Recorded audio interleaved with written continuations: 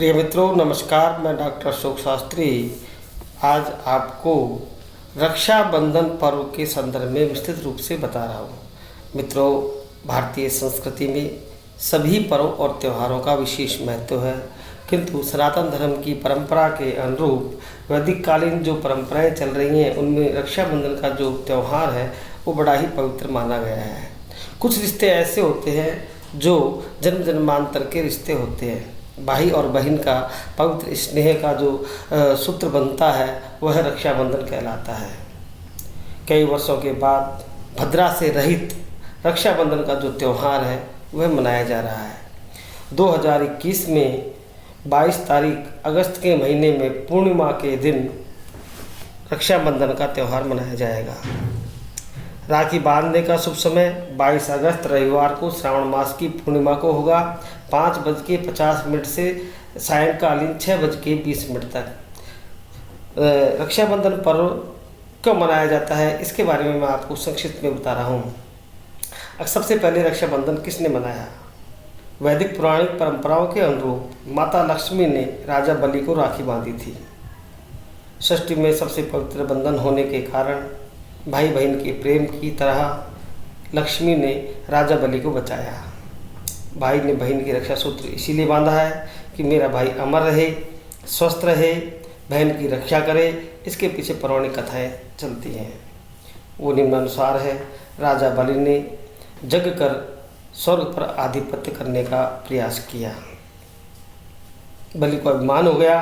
बलि की तपस्या से घबराए हुए देवराज इंद्र ने भगवान विष्णु से प्रार्थना की, हे प्रभु, आज इंद्रदेव है जो हमारी पदवी की ओर अग्रसर हो रहा है, कृपा करके आप मुझे रोकें। तब भगवान विष्णु ने 52 रूप में धारण करके, यानी 52 रूप जिसको बोलते हैं, छोटे रूप में धारण करके, विप्र के रूप में धारण करके, और वो भिक्षार्चन के लिए बलि के द्वार गए। और बलि से कहा, हे बलि, भिक्षा दे। दानी राजा से कहा, उन्होंने कहा, प्रभु आपको क्या चाहिए? तो शुक्राचार्य जी जो थे उनको एक तरीके से दिया हुआ वरदान था जो याचक को दान देने के लिए मना कर चुके थे। शुक्राचार्य जी ने कहा था कि कोई यदि तुमसे भीख मांगे तो उनको भीख मत देना, लेकिन राजा का स्वभाव है वो दान देगा, किंतु या तो विधि का विधान मानेंगे या राजा की विद्वता या मूर्खता। जब राजा ने कहा, हे प्रभु विप्रदेव आपको क्या चाहिए? तो उन्होंने कहा, मुझे 3 पग भूमि चाहिए। तो कह रहे तथास्तु। 3 पग भूमि का मतलब तो हुआ तकरीबन आदमी को एक खाट की इतनी जगह चाहिएगी। तो राजा बड़ा प्रसन्न हुआ और उसने कि आप लीजिए। अब 3 गज भूमि है, वह भगवान विष्णु ने अपना विराट स्वरूप बना करके और 3 लोकों को नाप डाला, आसमान, धरती और तीसरा पैर। कहते तीसरा पैर कहाँ रखूं? तब भगवान विष्णु ने अपना विराट रूप दिखाया और अपने ही सिर पर रखने के लिए राजा ने कहा, आप मेरे सिर पर रख दीजिए। फिर राजा प्रसन्न हुए और फिर लक्ष्मी को इस बात को सुनकर के चिंता हुई।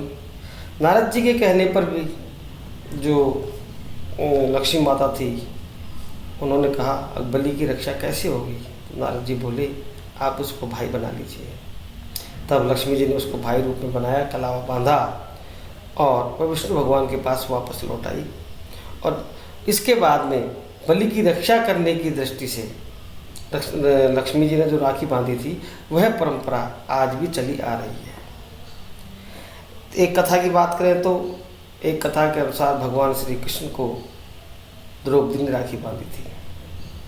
शिशुपाल वध के समय भी द्रौपदी ने शिशुपाल के कटने के बाद यानी चोट आने के बाद लहू रोकने के लिए अपना चीर फाड़ करके और उसकी राखी बांधी थी और कृष्ण भगवान की बांधी।